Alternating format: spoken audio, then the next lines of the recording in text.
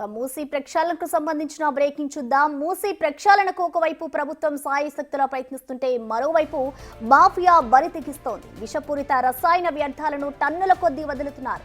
లారీకి ట్రిప్పుకు 25,000 రూపాయల చొప్పున దండుకొని రాత్రికి రాత్రే తీసుకొచ్చి మూసీలో కెమికల్స్ ని వదిలేస్తుండగా స్థానికులు వాళ్ళ ఆట కట్టించారు.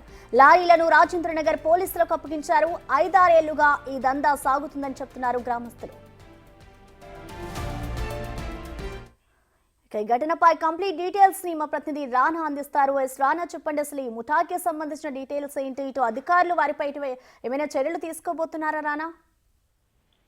రాష్ట్ర ప్రభుత్వం కొత్తగా ప్రభుత్వం ఏర్పడిన తర్వాత ముఖ్యమంత్రిగా రేవంత్ రెడ్డి వచ్చిన తర్వాత ఆయన మొట్టమొదటి చెప్పుకున్నది మాత్రం ప్రాజెక్టు మూసీ ప్రక్షాళన, మూసీ సుందరీకరణ పనులు 1,000 కోట్ల రూపాయలు వెచ్చించబోతున్నట్టుగా చెప్పారు. దాంతో పాటు మూసీ పరివాహక ప్రాంతాల్లో ఆక్రమణలు కానీ ఇవన్నీ కూడా తొలగించేస్తున్నారు. దాంతోపాటు ఏకంగా ముఖ్యమంత్రి కూడా ఈ మూసీ పరివాహక ప్రాంతాల్లో పర్యటించి దాని యొక్క ప్రణాళిక సిద్ధం చేస్తుంటే, దానితో పాటు ఈ బాలానగర్ కానీ ఇటువైపు ఉన్నటువంటి ఈ పారిశ్రామిక వాడలు ఎక్కువగా ఉంటాయి. ఈ పారిశ్రామిక కంపెనీలకు సంబంధించినవన్నీ కూడా ఈ కెమికల్ సంబంధించిన ఫ్యాక్టరీస్, కెమికల్ సంబంధించిన వాటర్ అంతా అక్కడ ఆల్రెడీ బాలానగర్ నుంచి కూడా ఒక నాలా కూడా పోతుంది ఆ కెమికల్ వాడు. దానిపైన అనేక నిషేధాజ్ఞలు ఉండటంతో అక్కడి నుంచి కూడా వీళ్ళు లారీల రూపంలో కూడా ఈ మొత్తం వ్యర్థ పదార్థాలు, ఈ కెమికల్స్ అంతా కూడా డంప్ చేసుకొని ఇక్కడ మూసీ నదిలో వదులుతున్నటువంటి వైనం దాదాపు ఏళ్ల తరబడి కూడా ఇలాంటి దందాన్ని వీళ్ళు కొనసాగిస్తున్నారు.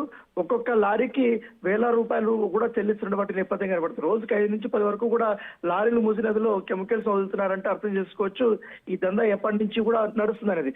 దీనివల్ల ఈ మూసీ ముఖ్యంగా ఈ కిస్మత్పూర్ కానీ తర్వాత అత్తాపూర్ కానీ లంగరౌస్ దగ్గర ఉన్నటువంటి మూసీ పరిధిపోతుందో అత్తాపూర్ నుంచి వెళ్తుందో ఆ మూసీ అంతా కూడా చాలా వరకు కూడా కెమికల్స్ తో నిండిపోయి చాలా విషపూరితమైనటువంటి నేపథ్యం కాబట్టి అక్కడ కూడా ప్రజలు గత కొంతకాలంగా తీవ్ర ఆరోగ్య పరిస్థితులు కూడా వారు ఎదుర్కొంటున్నారు. సో ఇవన్నీ కూడా తెలుసుకుని నైట్ నిన్న వీళ్ళ ఈ యొక్క ఆకృత్యాలు ఇంకా పెరిగిపోతున్న నేపథ్యంలో మరొక 4-5 లారీలు ఇట్లా వచ్చి ఈ కెమికల్స్ పైపుల ద్వారా కూడా ఈ మూసీలోకి వదులుతున్నటువంటి వైనాన్ని చూసినటువంటి స్థానిక పోలీసులకి కంప్లైంట్ ఇచ్చారు. వెంటనే పోలీసులు అక్కడికి చేరుకొని ఆ యొక్క పూర్తిగా ట్యాంకర్స్ అంతా కూడా సీజ్ చేసినటువంటి నేపథ్యం అయితే కనపడుతుంది. దాంతోపాటు ఈ కెమికల్స్ సంబంధించిన వాటి కూడా ఎవరు ఎక్కడి నుంచి తీసుకొస్తున్నారు, ఎప్పటి నుంచి కూడా ఇదంతా జరుగుతుంది. కేవలం ఒక కంపెనీకి సంబంధించినటువంటి ఆ యజమాని ఇట్లా పంపుతున్నాడా, లేకపోతే ఇతర కంపెనీల నుంచి కూడా ఈ రకమైనటువంటి వస్తున్నాయా, లేకపోతే కొంతమంది చెప్తున్న సమాచారం మేరకు ఒక లారీ ఇతర కంపెనీల నుంచి కూడా ఆ కెమికల్స్ అంతా కూడా సేకరించి ఇక్కడికి వచ్చి వదిలితే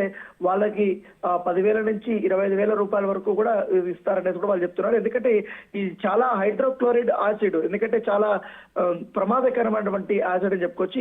ఈ వాయువులు పీల్చినా కూడా ఆరోగ్యానికి చాలా ప్రమాదం ఉండే అవకాశం మనకు తెలుస్తుంది. ముఖ్యంగా ఈ షాద్ నగర్ కానీ ఈ బాలాగర్ నగర్ కానీ ఎక్కువగా ఈ ఫ్యాక్టరీస్ ఎక్కువ ఉంటాయి కాబట్టి అక్కడి నుంచి తీసుకొని వచ్చి అత్తాపూర్ మున్సిపల్కి ఈ వీళ్ళు వదులుతున్నట్టుగా అధికారులు దృష్టికి వచ్చింది. ఇది చాలా సంవత్సరాల నుంచి కూడా గుట్టు చప్పుడు కాకుండా కూడా నడుస్తుంది. కాకపోతే వీళ్ళందరూ కూడా వాటర్ ట్యాంక్ రూపంలో కూడా వాళ్ళు తెస్తున్నారు. వాటర్ ట్యాంక్ రూపంలో తెచ్చి ఆ కెమికల్స్ అంతా వదులుతున్నారు. ఎవరైనా చూస్తే ఈ మడ్డీ వాటర్, స్లడ్జ్ వాటర్ మాత్రమే ఇక్కడ మూసీలోకి వదులుతున్నారని అనుకుంటారు, కానీ ఎవరికి సంబంధం లేకుండా ఈ కెమికల్ అంతా కూడా అందులో కలుపుతున్నటువంటి వైనం కనపడుతుంది. దాదాపు 7 సంవత్సరాల నుంచి దందా కొనసాగుతున్నట్టుగా స్థానికులు వాళ్ళు చెప్తున్నారు. కాబట్టి దాంతోపాటు ఈ పొల్యూషన్ బోర్డు అధికారులకి ఎంత కంప్లైంట్ చేస్తే ఇప్పటి వరకు పట్టించుకోలేదు.